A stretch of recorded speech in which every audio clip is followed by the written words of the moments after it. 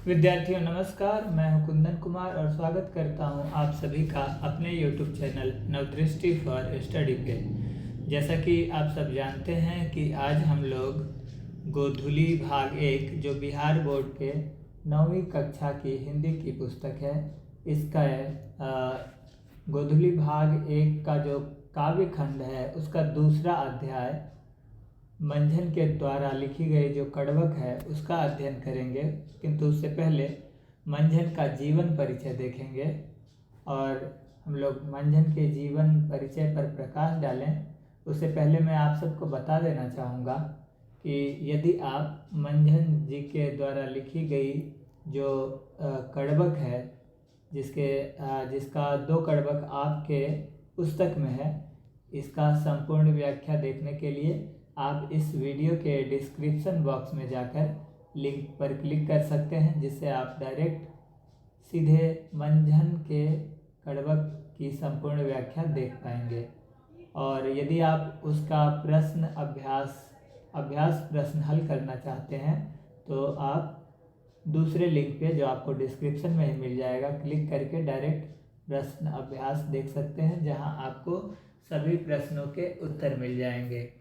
साथियों, मैं आपको एक बात और बता दूं कि यदि आप 9वीं कक्षा की हिंदी की पुस्तक गोधुली भाग 1 का काव्य खंड या गद्य खंड का जितने भी अध्याय हैं, सभी अध्याय का अध्ययन कर सकते हैं हमारे प्लेलिस्ट में जाकर, जो कि आपको हमारे चैनल पर गोधुली भाग 1 के नाम से मिल जाएगा। आपको उस प्लेलिस्ट में सारे कवियों या लेखकों के जीवन परिचय, उनके द्वारा जो लिखी गई रचनाएं हैं उसकी संपूर्ण व्याख्या और अभ्यास प्रश्न देख पाएंगे। तो चलिए आज का हम लोग वीडियो शुरू करते हैं, मंझन का जीवन परिचय। तो देखिए साथियों, ये हैं मंझन, आप देख पा रहे होंगे ये मंझन जो एक सूफी कवि हैं, ये उनकी तस्वीर है। उनके बारे में काफ़ी कम जानकारी उपलब्ध है, फिर भी हम देखते हैं आपकी पुस्तक में जो भी जानकारी है उस पर प्रकाश डालेंगे और सरल एवं सहज भाषा में समझने की कोशिश करेंगे। तो चलिए शुरू करते हैं हम आज का अपना वीडियो। मंझन हिंदी के एक प्रसिद्ध सूफी कवि थे। तो सूफी क्या होता है? तो सूफी एक प्रकार के संत होते थे, जिन्हें सूफी संत या सूफी कवि कहा जाता था। सूफियों का मत है कि परमात्मा को पाने के लिए या भगवान को पाने के लिए हमें प्रेम मार्ग को अपनाना पड़ेगा। मतलब ये है कि अगर हम प्रेम को फॉलो करते हैं, प्रेम मार्ग पे चलते हैं, तो हम भगवान को या परमात्मा को पा सकते हैं। चलिए आगे बढ़ते हैं। इनके जीवन के संबंध में बहुत कम जानकारी प्राप्त है। अभी तक इनकी एकमात्र रचना, जिसका नाम है मधुमालती, का ही पता चला है। तो आपको याद रखना है कि मंझन के द्वारा जो एकमात्र रचना लिखी गई है या फिर अधिक भी लिखी गई होगी, जिसकी हमें जानकारी है या जिसका नाम आपकी पुस्तक में है, उस रचना का नाम है मधुमालती। तो आपको ये ध्यान रखना है, क्योंकि आपसे प्रश्न पूछा जा सकता है कि मंझन के द्वारा लिखी गई रचना क्या है, उसका नाम क्या है, तो आप मधुमालती बता सकते हैं। और यदि आपसे पूछा जाए कि मधुमालती के लेखक कौन है, तो मंझन, जो कि एक सूफी संत थे। चलिए आगे बढ़ते हैं। यह कहना कठिन है कि इनकी और कोई अन्य रचना है या नहीं। बताया जा रहा है कि इनकी और कोई रचना है या नहीं है, इस बारे में संदेह है, क्योंकि अभी तक ऐसी कोई जानकारी नहीं मिल पाई है। एकमात्र जो रचना है उसका नाम आपको पता है, मधुमालती। मधुमालती में मंझन ने अपने संबंध में थोड़ा बहुत संकेत किया है। मधुमालती की रचना सन 1545 में हुई। तो कहा जा रहा है कि मधुमालती जो काव्य है, इसकी रचना 1545 1545 ईस्वी में हुई थी। तो 1545 आप याद कर सकते हैं अगर इतिहास में जानना चाहें तो, जब दिल्ली पे शेर शाह सूरी का शासन था, और यूं कह लें कि अकबर का भी जन्म इसी के आसपास हुआ था। तो उसी दौर में मधुमालती की रचना हुई है। इससे इतना अनुमान लगाया जा सकता है कि ईस्वी सन की 16वीं शताब्दी के मध्य में वे वर्तमान थे। मतलब 16वीं शताब्दी में वो जीवित थे। वर्तमान थे मतलब जीवित थे। 16वीं शताब्दी का क्या मतलब हुआ? 1500 से लेकर 1599 तक का जो 100 साल का पीरियड है, इसे आप 16वीं शताब्दी कहेंगे। अभी कौन सी शताब्दी चल रही है? तो ये 21वीं शताब्दी है। ठीक है। मंझन के काल आदि को लेकर विद्वानों में काफ़ी मतभेद रहा है। उनके धर्म, उनके निवास स्थान आदि के संबंध में नाना प्रकार के मत उपस्थित किए गए हैं। नाना प्रकार के मतलब बहुत प्रकार के। कहा जा रहा है कि जो विद्वान हैं, जिन विद्वानों ने उनके बारे में रिसर्च किया है, जानकारी पता लगाने की कोशिश की है, तो उनके बीच काफ़ी मतभेद रहा है कि उनका क्या धर्म था, वो कहाँ रहते थे। ये सब को लेकर के बहुत सारी आशंकाएं बनी हुई हैं। उनके निवास स्थान के संबंध में 2 प्रकार के मत प्रकट किए गए हैं। बताया जा रहा है कि उनका जो निवास स्थान था, मतलब वो कहाँ के थे, इस बारे में 2 प्रकार के मत उपलब्ध हैं। तो 2 प्रकार के क्या क्या मत हैं, देखिए आगे देखते हैं। मधुमालती की एक पंक्ति गढ़ अनूप बस नग्र चरनाड़ी, ये एक उनकी पंक्ति है जो दिया गया है, मधुमालती से लिया गया है। इसे देख सकते हैं कि गढ़ अनूप बस नग्र चरनाड़ी, कलियुग भोलंका जो गाढ़ी के आधार पर मंझन के निवास स्थान का अनुमान लगाया गया है। ये जो पंक्ति दी गई है, इसी के आधार पे विद्वानों ने उनके निवास स्थान का पता लगाया है। एक विद्वान है परशुराम चतुर्वेदी, देखते हैं कि उनका क्या मत है। परशुराम चतुर्वेदी ने अनुमान किया है कि अनूपगढ़ मंजन का निवास स्थान रहा होगा, या ढ़ी से अंत होने वाला नगर।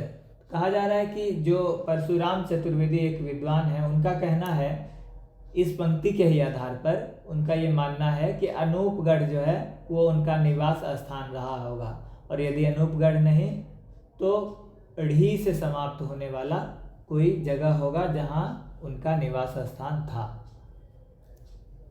किंतु डॉक्टर शिव गोपाल मिश्र इससे सहमत नहीं है। उनके अनुसार चरनाड़ी मधुमालती काव्य के नायक मनोहर के पिता सूरजभान की राजधानी थी। तो जो डॉक्टर शिव गोपाल हैं, ये भी एक विद्वान का नाम है। इनका कहना है कि जो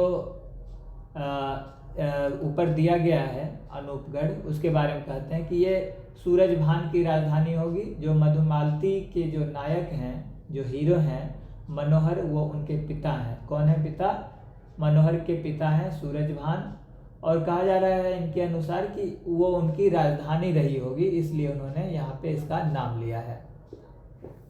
अन्य साक्ष्यों के आधार पर चतुर्वेदी जी का ही मत सही जान पड़ता है। कह रहे हैं कि अगर सभी विद्वानों के मत को अगर आप परखेंगे तो इस आधार पर आप अंतिम में इस निष्कर्ष पर पहुंचेंगे कि जो परशुराम चतुर्वेदी जी का कहना है अनूपगढ़, तो कहा जा रहा है कि वही सही है। ऐसा प्रतीत होता है जैसे मंझन अपना निवास स्थान छोड़ दूसरी जगह रहने लगे थे। मधुमालती में अपने संबंध में कहा है। कहा जा रहा है कि मधुमालती में जो मंझन है उन्होंने अपने संदर्भ में बताया, अपने संबंध में बताया है। क्या बताया है? तब हम भो दोसर भाषा, जब रे पितय छोड़ी कविलासा। मंझन ने अपने गुरु का नाम शेख मोहम्मद या गोस मोहम्मद बतलाया है। तो इसका क्या मतलब हुआ कि वो कहते हैं कि उनके जो गुरु हैं जिनसे इन्होंने शिक्षा लिया, किसने? कवि मंझन ने, उनका नाम गोस मोहम्मद या शेख मोहम्मद रहा होगा। लेकिन इससे अधिक अपने गुरु के संबंध में कुछ नहीं कहा है और ना ही अपनी गुरु परंपरा का ही जिक्र किया है। वैसे अपने गुरु के संबंध में उन्होंने इतना अवश्य कहा है कि वे सिद्ध पुरुष थे तथा उन्हीं की कृपा से उन्हें ज्ञान की प्राप्ति हुई। तो कह रहे हैं कि ज़्यादा कुछ तो इन्होंने अपने गुरु के बारे में नहीं बताया है, बस जो नाम ऊपर बताया गया कि शेख मोहम्मद या गोस मोहम्मद, और उसके अलावा उन्होंने अपने गुरु के बारे में बताया है कि वो एक सिद्ध पुरुष थे। सिद्ध पुरुष क्या होता है? जिन्हें सिद्धि प्राप्त हो, जो एक महान व्यक्ति हैं। सिद्धि प्राप्त करना सभी के बस की बात तो है नहीं, जो तप करता है उसी को सिद्धि मिलती है। तो कहा जा रहा है कि वो एक पहुँचे हुए व्यक्ति थे उनके गुरुजी, और उन्हीं के कृपा से इनको भी ज्ञान की प्राप्ति हुई और वे आध्यात्मिक जीवन की ओर प्रवृत्त हुए। मंझन सूफी कवि थे, अतएव उन्होंने सूफियों की प्रेम पद्धति को ही अपनाया है। जैसा कि मैं शुरुआत में बता चुका हूँ आपको कि सूफी कवि उन्हें कहा जाता है जो प्रेम मार्गी होते हैं या प्रेम में ही भगवान को पाने का रास्ता खोजते हैं। तो ये चूँकि सूफी कवि हैं तो आप समझ सकते हैं कि ये भी प्रेम मार्गी हैं, प्रेम में ही विश्वास रखते हैं। सूफियों का विश्वास है कि प्रेम के द्वारा ही परमात्मा को पाया जा सकता है। प्रस्तुत दोनों कड़बक, देखिए जो प्रस्तुत दोनों कड़बक हैं जो आपके पुस्तक में है उसके बारे में यहाँ लिखा हुआ है कि कड़बक एक छंद है जो दोहा और चौपाई से मिलकर बनता है। तो क्या होता है कड़बक, आप ये समझ गए होंगे। तो कहा जा रहा है कि प्रस्तुत दोनों कड़बक प्रेम के महत्व को ही उद्घाटित करते हैं।